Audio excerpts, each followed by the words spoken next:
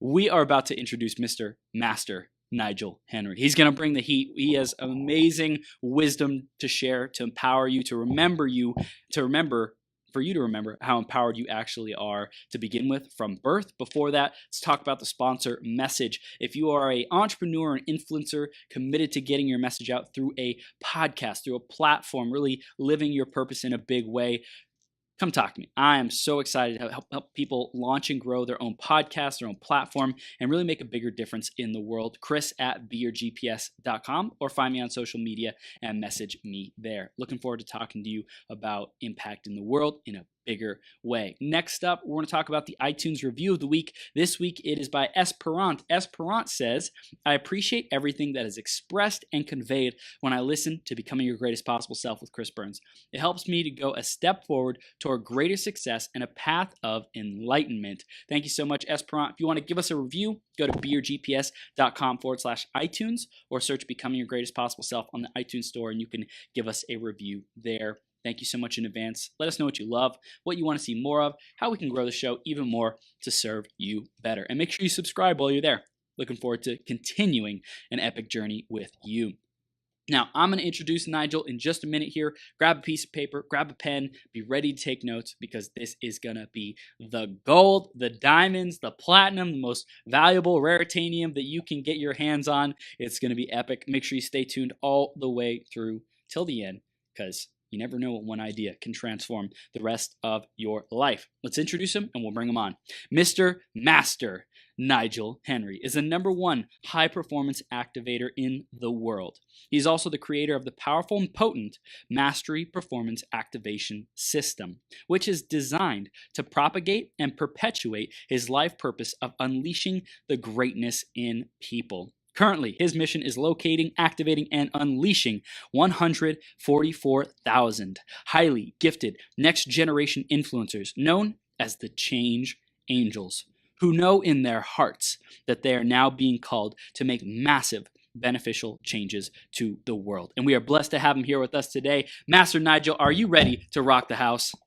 I'm ready, Chris. Thank you. You're welcome. Thank you for being here, man. We're going to have a blast today. And I was mentioning earlier, I just loved our conversations that we've had so far. Just so much clarity, so much expansion. We relate on such a deep level because of the engineering and the science background, and just your activation of greatness, and just people and what we're experiencing here in this life is your wisdom about it is profound. And we're truly blessed to have you here. So thank you for being here. Thank you. You're welcome. You're welcome. Let's dive right into the theme, which is mastering your purpose. So, Nigel, how does this conversation, this concept of master your purpose, show up for you? I believe that the way I look at it, I think, what was the creator thinking when I was being created? So just imagine you were in the factory of heaven, or wherever God creates beings, and the creator is looking at the earth and saying, I think I need a change. Yeah, I want something to be magical here. I want more love. I want more peace. I want, I'm going to have to create Chris. So as the creator is manufacturing Chris, in the intent, in the heart of the creator is this idea. Yeah, this one is for love. Yeah, let me think. Yeah, I'm going to add this gift here. Let me add this. And so the purpose in mind was in the mind of the creator while the being was being created, and the gifts and the capacities that are being activated in the DNA is based on the purpose that was intended. So by the time the being arrives out of the womb, all those features are already activated. The child is actually on purpose. The only thing that may be missing is the mental awareness of being on purpose. And if one observes any being for long enough and study what they're good at naturally, their gifts will come out. You will see their gifts coming out. And there's spiritual scriptures that say, to whom much is given or gifted, much is expected. Or said another way, your gifts give you an indication of your purpose. Or if you have a great purpose, and you have certain gifts activated. And each person on the planet has a purpose. There's no one here random. Oh yeah, you were just afterthought. Nope, you have a purpose here, and it's in the DNA. So when we say activation, what we mean is really, is it in memory? And so I can consciously follow it.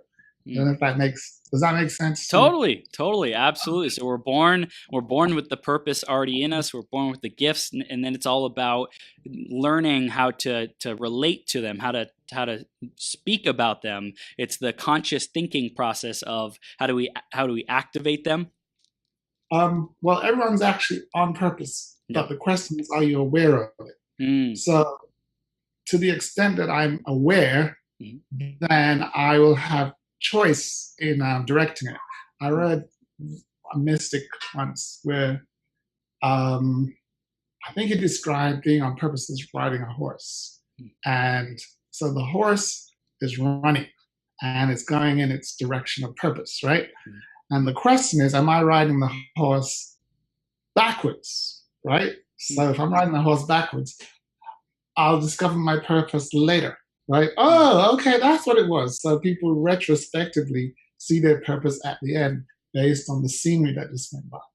Am I riding the horse sideways? Like, okay, I get a glimpse. Oh, I can see it. And then I get glimpses of it, but it's still coming towards me. But most of the time I may be looking back, oh yeah, I can get it now, retrospectively discovering my purpose based on my journey, or looking sideways and seeing it ahead. But you know what, I don't really want to pay too much attention. Or I can ride the horse forward, in which case I can see my purpose, I have intention, I can navigate, I can make choices based on it, I can build systems that fulfill it. And basically awareness of the purpose allows me to fulfill it on a bigger scale at a higher speed. I hope that makes sense. Definitely. I love it. I love it, Nigel. It's awesome. So this is super powerful, and just reminding us, as I said, about how we all have this within us. You know, that's who I introduce you as, like that, the person who reminds us that we've always had it within us all along. So in your own words, I want to hear a little bit more about what your clients come to you for and how you work with them. My clients, I tend to meet my clients.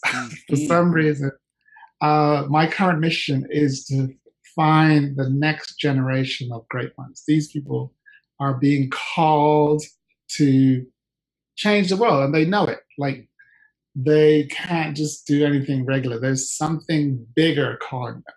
So typically, we'll encounter each other. Either I'm speaking like this, and my client will go, you're activating something in me. Why are you disturbing me? So I'm either disturbing them or they're recognizing something I'm saying. You're talking about me. So my clients I call them Neo. They're like 1 in 1,000. Their assignment is to break the matrix. And they've been thinking about it for a long time. And usually most people don't actually understand what they're doing. They're just like, oh, Nigel's crazy. Oh, he's weird. He's always tinkering with things. And my role is Morpheus. So I will find my client engaged in something bigger than they're aware of. And they're thinking deeply. And I'll come along and say, I think that's what you're trying to do. And they go, how do you know that? Because we're on the same purpose. And your frustration, your issues, your concerns tell me that you're up to something big. So my clients, I call them Neo, and my role is Morpheus. So usually Neo is not looking for Morpheus. Morpheus is looking for Neo. So that's the oddball thing about me, is that I have to go, I'm looking for my clients. And once we meet, it's like this strange recognition, like, wow, you understand what I'm doing. Most people don't. So my people are weird nerdos, in a lab somewhere, trying to create something that has never been done. The people that Steve Jobs was talking about, here's to the crazy ones.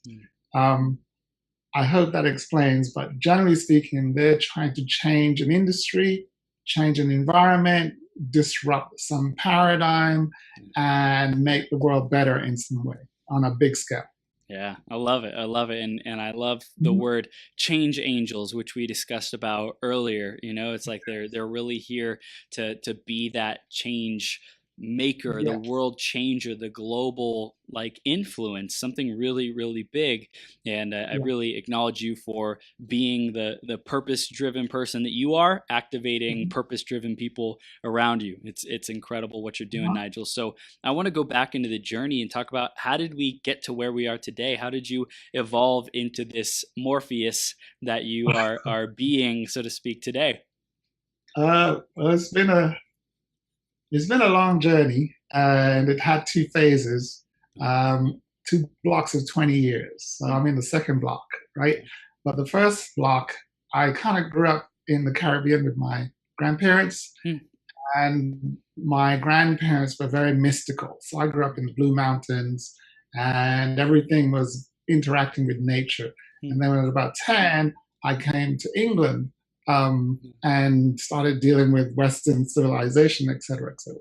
But the main thing that happened to me when I was in Jamaica at about 3 years old, I remember we only had one modern device in the village. It was a transistor radio.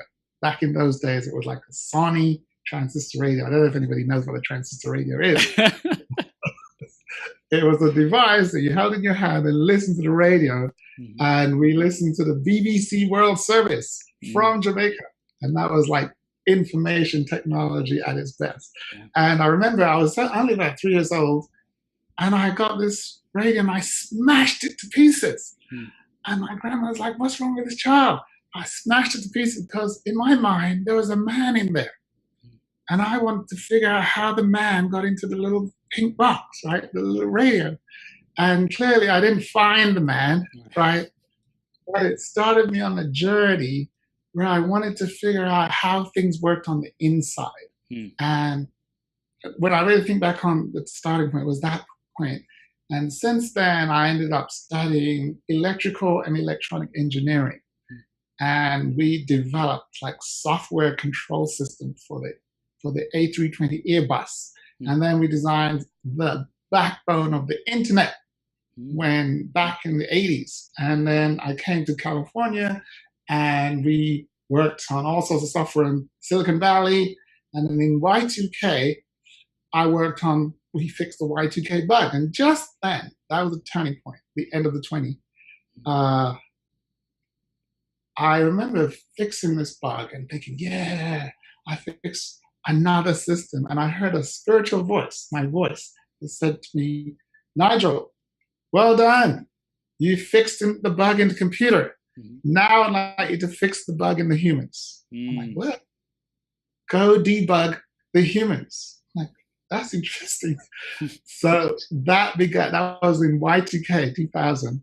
And I began a journey where I wanted to figure out what was the bug that was affecting humans. Because where I lived, there was a lot of people in down and out mode, oh my God. And I was doing pretty good in the .com technology world. And now I wanted to find out what's going on with people. So every time I met someone, I'd like open the hood. Like, what's going on in there? And I'd listen to how they were thinking or functioning. And I'd ask the creator, I'm like, did you install this? Is this part of the operating system? And I'd literally get a yes or a no. And I took notes. And so in the first 5 years, I actually developed a curriculum and debugged. Literally, you can debug the processing of the mind just from the way someone speaks, because it runs on programming language, just like computers. So I was blessed because I had this revelation that if we look at it from a spiritual point of view, God made man in its own image, and man made computer in his own image. So if you debug the computer, you debug the human, and vice versa.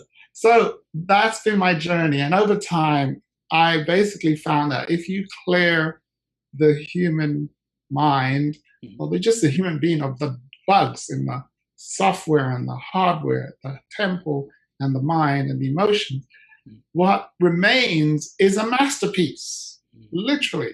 And I said to the creator, What were you thinking when you were building humans? I was building masterpieces, Nigel. They call masters.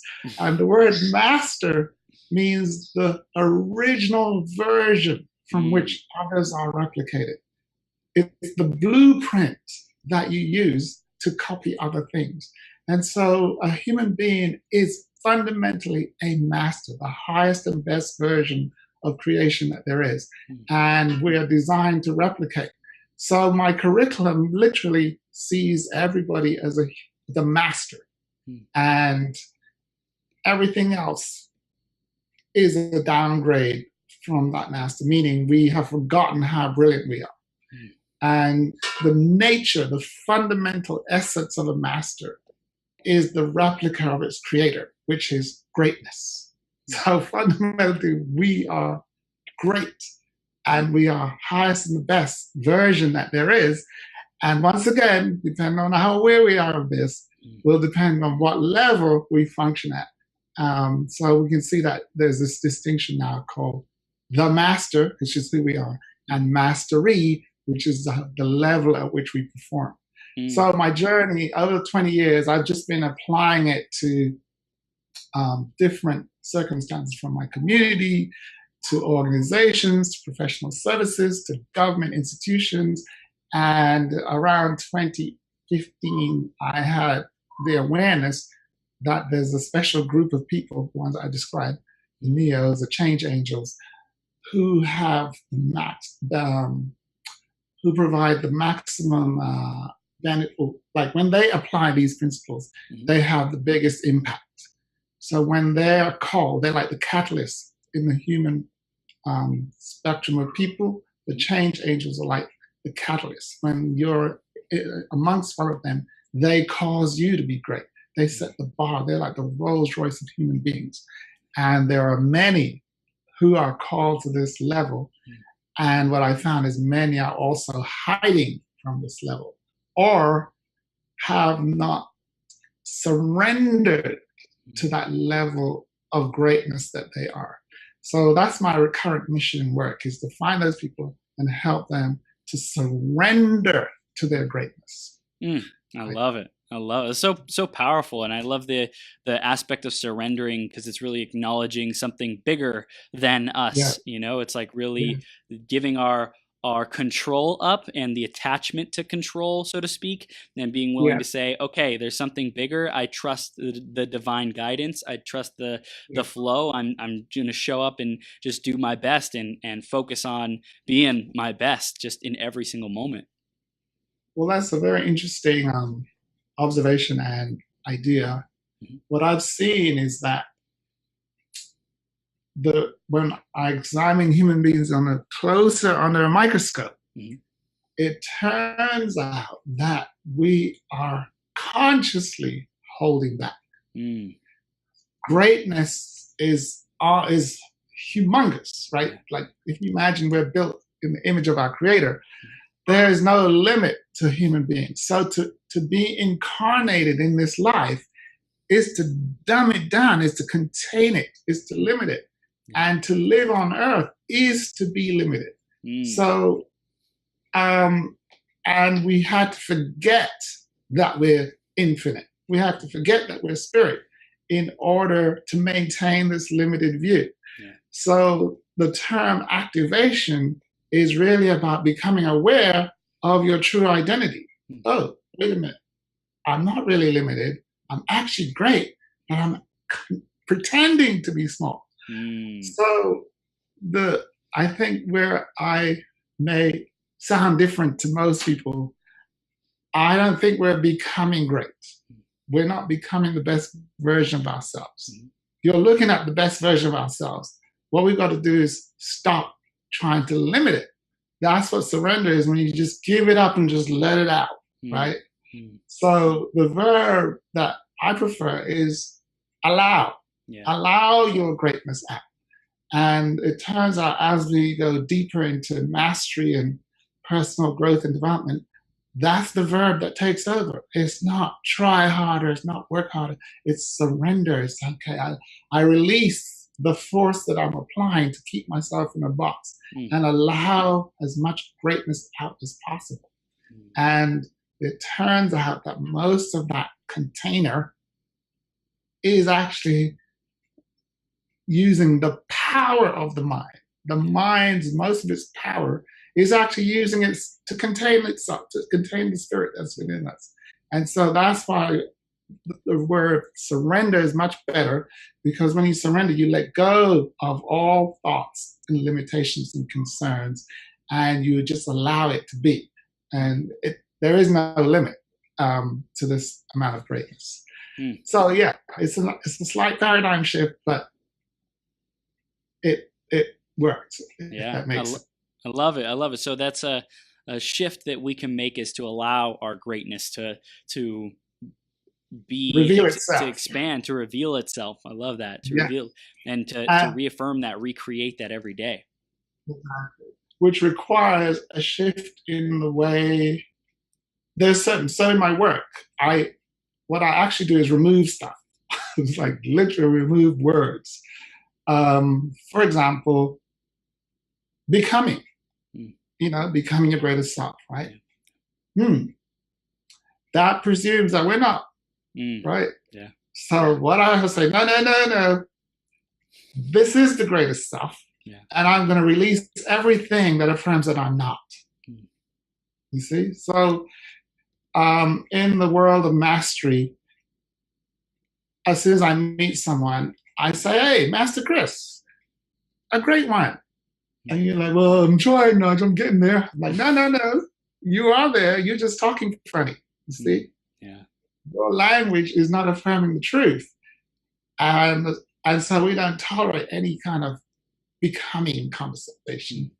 We demand affirming conversation. I am great already. Yeah. And now I must examine what is it that I'm practicing that's limiting the expression of my full greatness, and then remove it.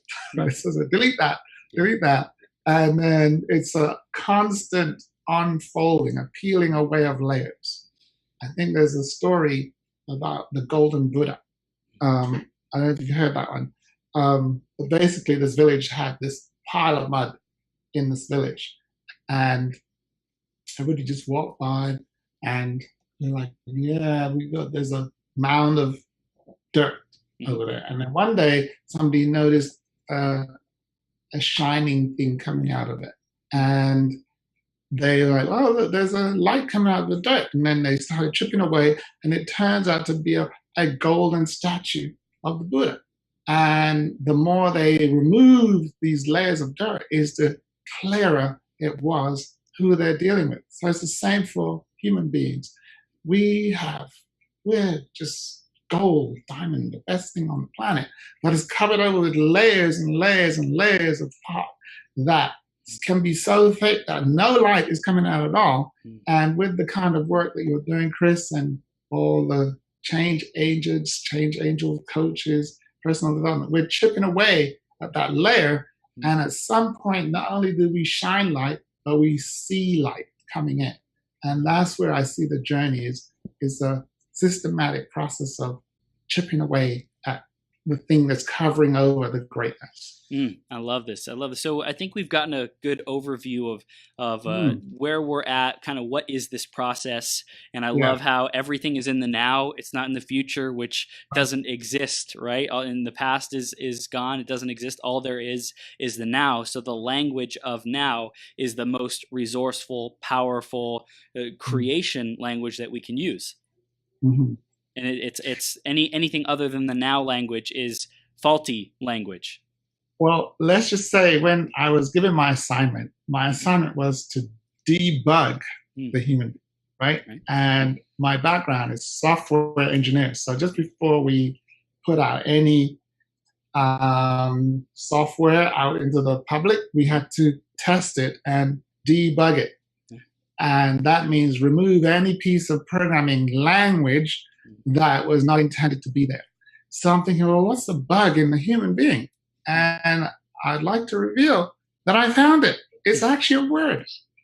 And it's the fun, it changes everything. Honestly, it really does a paradigm shift. So it turns out that the bug And we'll just call it that for now because it actually has a function on the planet.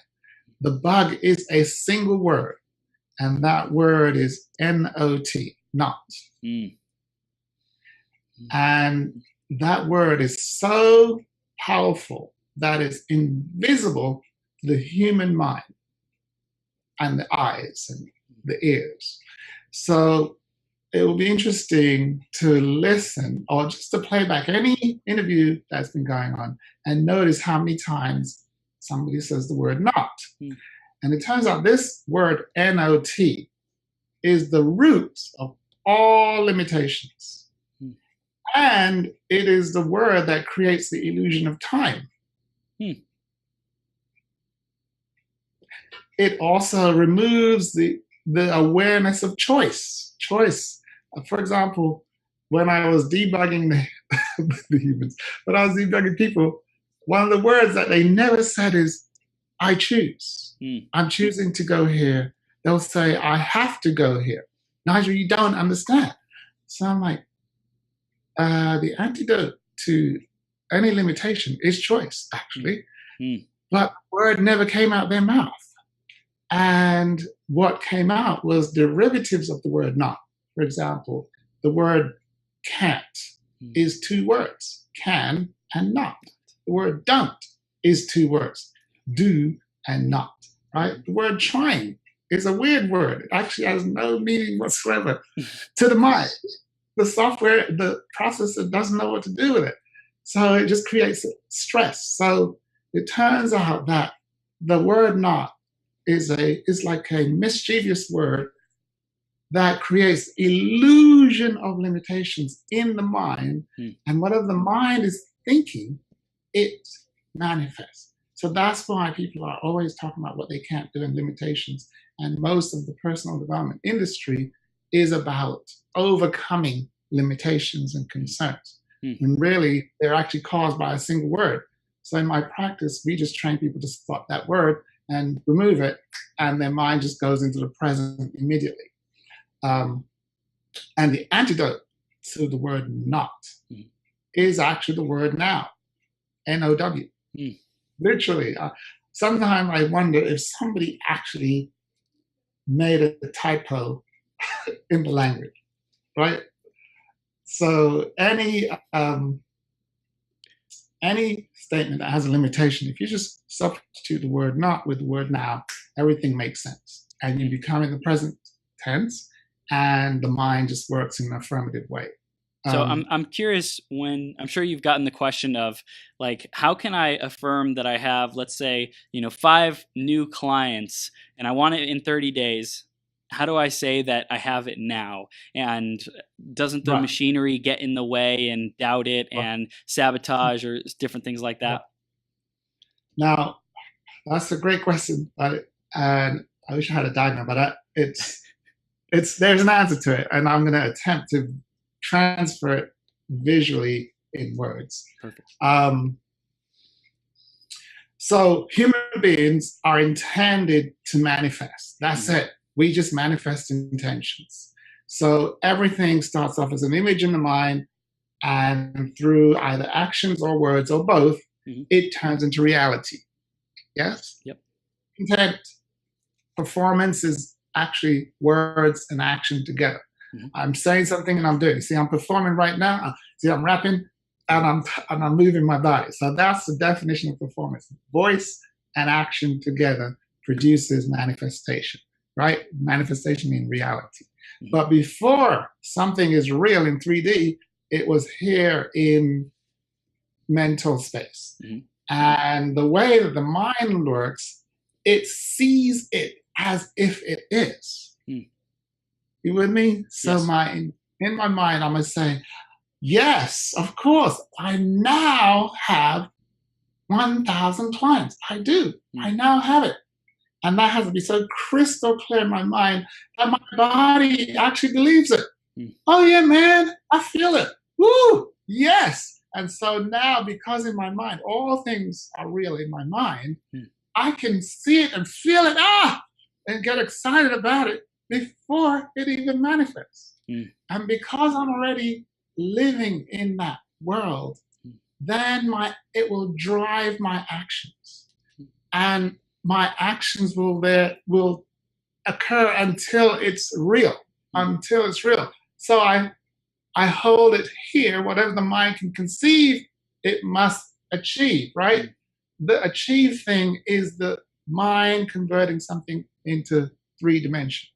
Now, the part about the doubt part, right? And these are where the virus words come in. The mind only understands one thing, a vision. But if you say, well, what if, right? What if blah, blah, blah? First of all, questions need to be solved. Questions is a whole nother topic. Yeah. Questions speed up manifestation. But there are certain words that introduce virus into the mind. For example, the word if. Do you know what the word if its purpose is on earth? What? I'm just asking. No. To create doubt. Like anything you say, I can instantly install doubt in your mind by just saying the word if.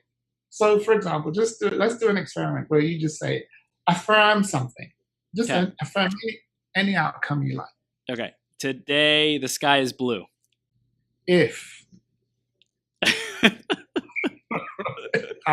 All I have to say is the word if. Wow. As long as it gets in your mind, you'll feel it. You'll feel some sort of doubt creeping in there.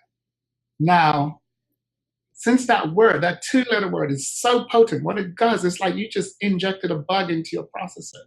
And the mind actually starts stressing out. It becomes concerned. And if I personally install it by saying, what if that doesn't happen? I use my own language to install the bug into my thing. Hence, in a lot of personal development, they have rigorous language control. Yep. Never allow any seeds of doubt into the temple of the mind. And in my practice, we have a list of words, literally these virus words. I can give it to the people, masternigel.com/virus-words. And I have them all there. And when someone's talking, which is thinking out loud, actually, we make them aware of the words and how the words impact the quality of the thought. And once I'm aware of my words, then I'm aware of my thinking. And that's just a synopsis of how the process works. The implication is when I intend to work a miracle, see, or something massive, or even this marathon that you're doing. To most people, they're like, well, I'm not sure if, notice that, not sure if I could be able to do that. Man, that sounds hard. Hard is a virus word. And if you listen to all the commentary, it's just pure virus thinking happening. And that's good news. Because once you're aware of virus words, they can be removed. And once you remove a virus word, a virus infected thought, which is called a concern, then what you get is a vision. So one of the things I do, I love when people have doubts and concerns. I'm like, no, before we even start, I want all your doubts and concerns out right here on paper. Bring it to me. And we call it crude oil. You know, like crude oil is really dirty. And we go, yeah, man, don't worry. Just bring it. Bring it as it is. The more concerns you have, the better.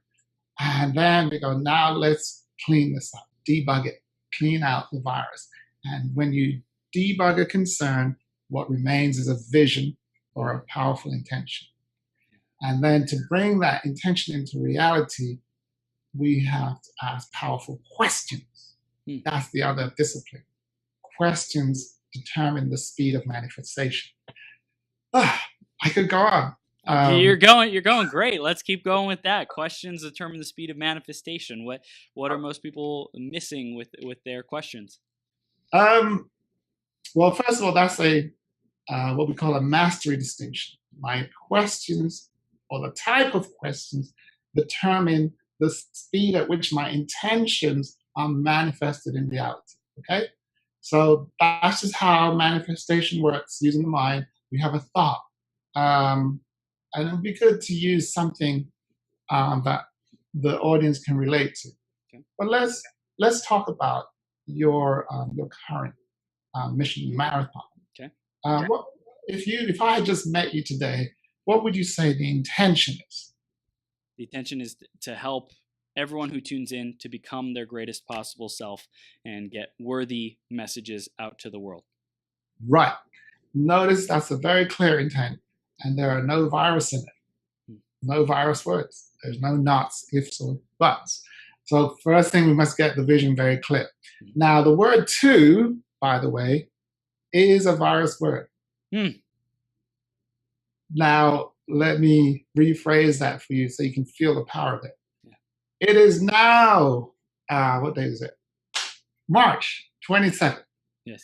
And 250,000 people in the Facebook world are now empowered with their, so I'm putting the now in there, vision and who they are, and are now operating as their greatest self. I see it, I feel it, I know it, and so it is now. You see that?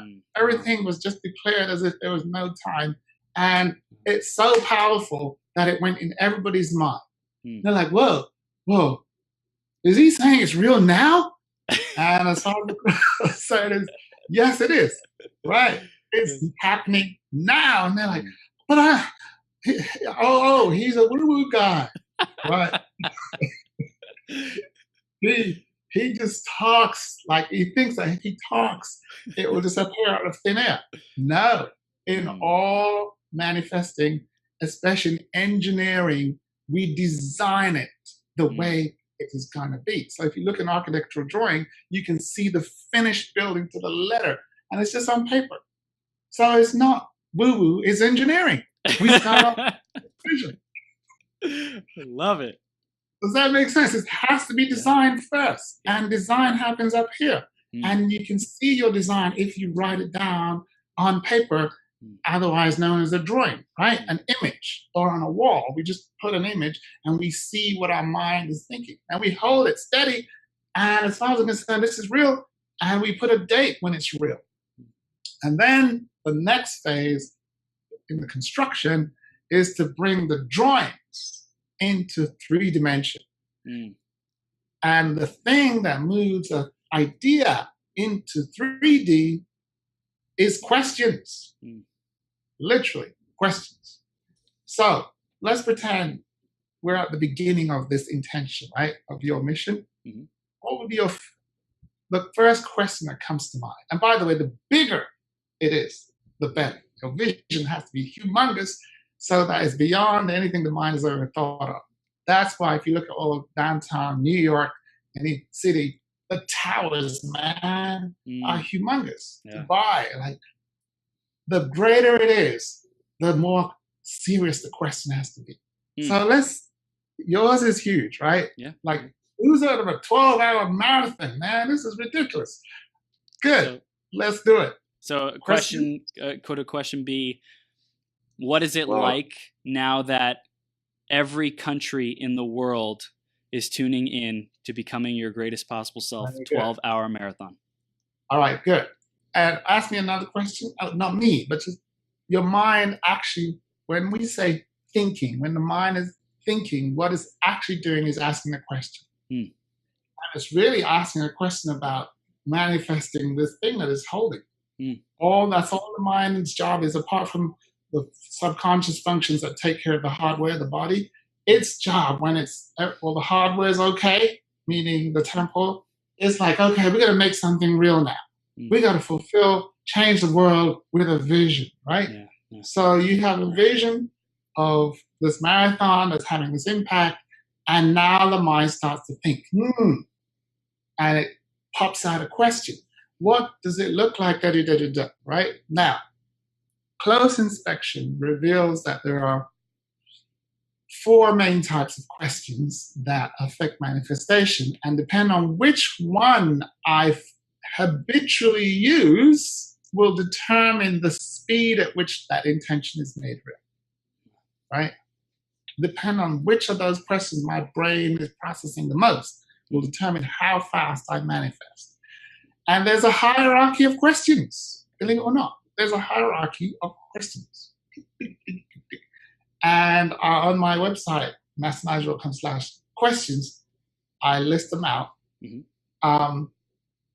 But the most common one, which is at the worst question,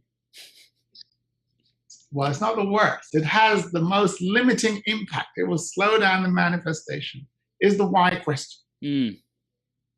I know a lot of, in the personal development world, you got to get to your why, right? You need to have your why. Now, it turns out there are two whys. Did you know there are two whys? I didn't. Tell us. There's why you should and why not. There's why not and why. The majority of unconscious beings ask the why not questions. Why did you not achieve your goal? Because story, right? Why can't you go for the big thing? Notice I said, why can you not? You see that word can has the not in it, the why not. I'm asking why not go for that? Because, and so the first thing is to be careful about the question you ask somebody, because if you ask them why not, they will give you a story that will anchor you in the past. And then the real why question that the personal development industry is referring to when they say find your why is the why you should. And so to get a visual on it, right, the why question is so mighty that when it's used unconsciously, it's the most limiting question on the planet.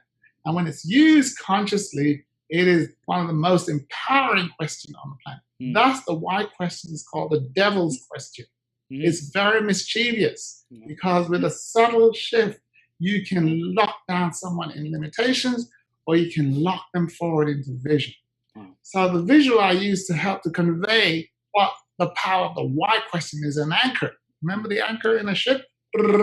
Just imagine one of those big anchors. And now you're twirling it around your head like a discus. And you're twirling it, and you have your eyes closed, and then you release it. And the anchor goes flying behind you, right? And it lands. And it just lands somewhere and anchors itself in the ground. And now you're trying to move forward. And I can't move. Why can't you move? Notice the question. Because I feel like my story, my parents, my brother. See, the why question always creates a story. And that can be a limiting story if asked improperly without awareness. And then there's the forward anchor. Flash that thing in front of me. Zoom, it goes miles ahead of me, anchors itself to the top of a wall. Why are you doing this, Nigel? Because, man.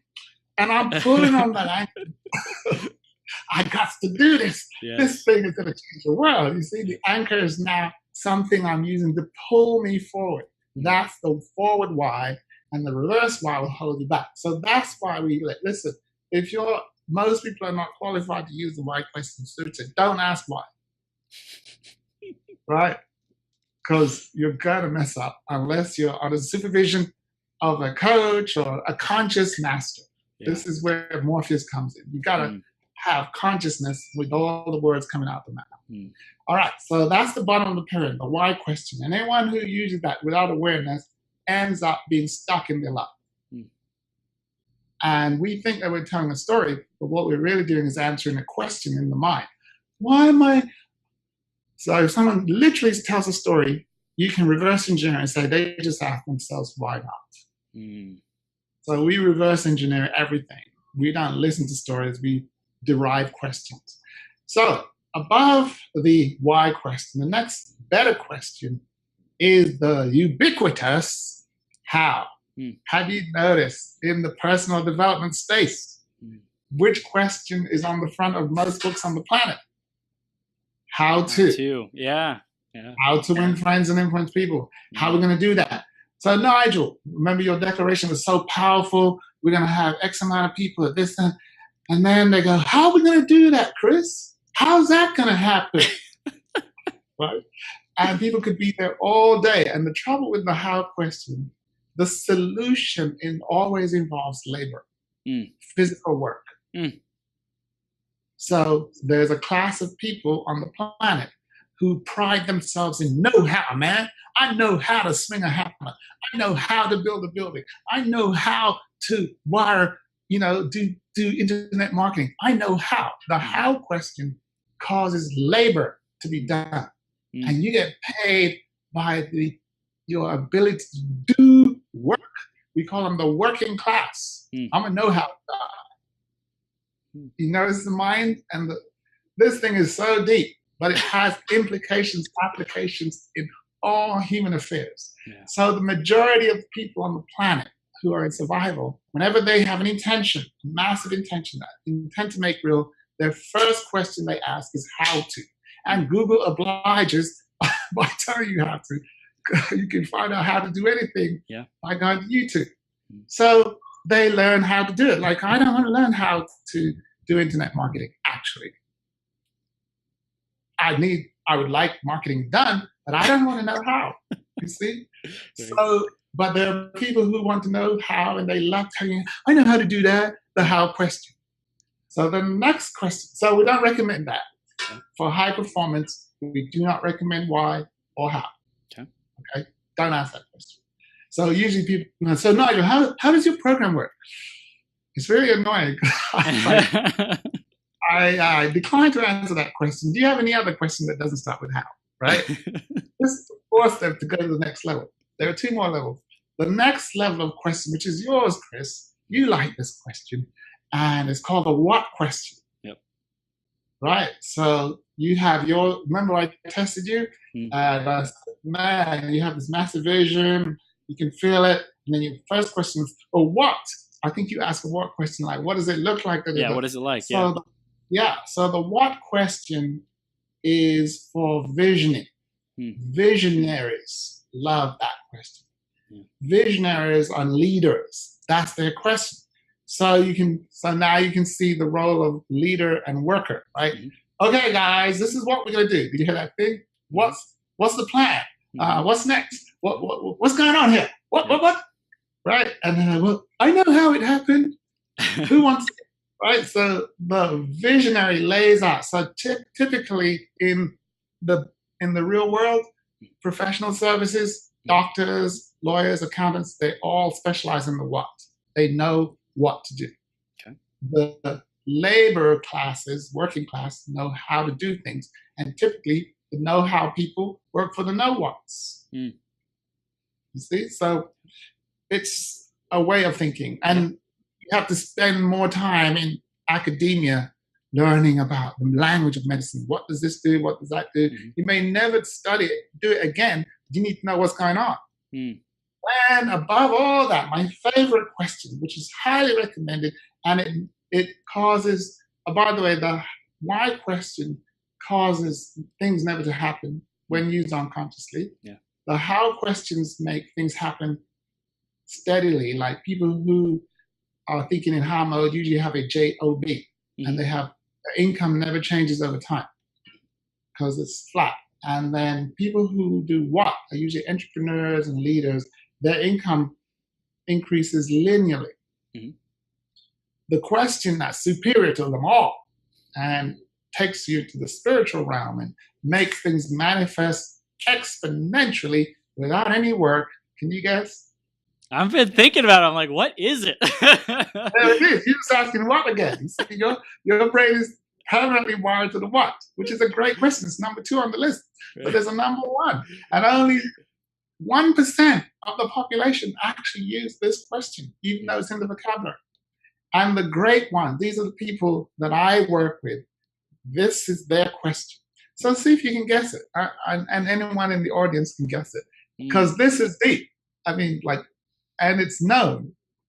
You know it, but your mind has habitually programmed itself to do the what question. Have one more guess. I know we're running out of time. But, So I think it would be who?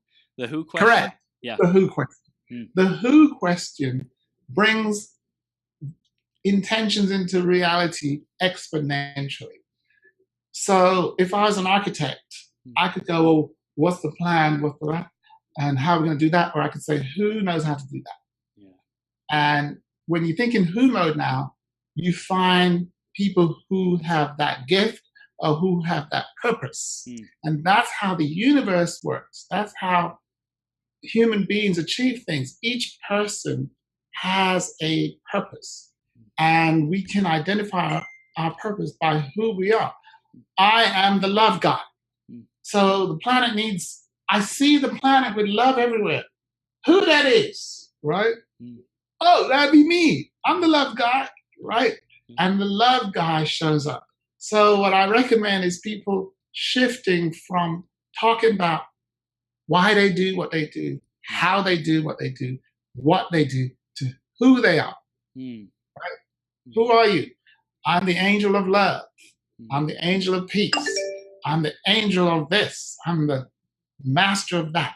My identity determines everything. Yeah. And because I'm the angel of peace, I have the gift of empathy. I have the skill of this. I have negotiation skill. My identity activates certain gifts, skills, and abilities that makes me a man. And so for your work, Chris, continuing, I would just use the who question. So who, one of our intention is to shift the conversation towards meditation. Who's the master of meditation? Call me right now. If you know who that you are, that person, you're the cause of that on the planet, come forth. You'll see now they come to you, right? Instead of you going to them, you just put the question out there. The who question is so superior, it makes you wonder. In fact, the only people that use that question are presidents and royalty. President Obama, when he was in office, he was running a whole country, but he did nothing. All he said was, who's in charge of the army? Okay, good. Who's in charge of finance? You see, and everyone is the who, and they're called the minister of X and the minister of Y, the president of this. You see, everyone is identified by their function. Their identity is their function. I love it. I love it. And the function is born from identity. So when we say that I am, or purpose. I'm the type of person, go ahead. It was born in purpose. So God said, I need more love on the planet. So I now create the angel of love called Chris. So Chris' identity is his purpose. And for some reason, that has been removed from the language pattern where people don't no longer introduce themselves by their identity unless they're in the royalty. Oh, I'm Lord so-and-so and Earl this and Lord so-and-so, Master this. You notice that? They start saying, well, what I do, you go to a networking event and instead of introducing your identity, you introduce your function. Not recommend. So that's part of the shifts that I've get to cause to restore great. This is gold, Nigel. This is amazing. And I know that there's people who are listening right now who want to get more, who want to find out more about you and continue their journey with you. How do they do that, man? The best place is go to masternigel.com. Okay. And if there's anything specific like the questions, you go masternigel.com/questions. Manifesting, masternigel.com/manifesting. So my website is my identity and my function at the same time. So everything I do is designed to activate and unleash the greatness of people. I love it. It's amazing. Nigel, super blessed to have you here. It was an enlightening, empowering conversation. Love the questions. Love the intentionality about the words now. We're having the best day ever. I really appreciate you being here, man. You're a rock star. Everyone who's listening or watching, go to masternigel.com, facebook.com/Master Nigel. They can get a hold of you. They can have a conversation with you, see how you can activate them or help them activate themselves, I should say, whatever the proper language is. And Nigel, I really, really appreciate what you're doing, man. It's awesome. Thank you. You're welcome. Thank you, dude. Absolutely. Have the best day ever, and we'll see you soon, okay? Thank you. You too. Take care.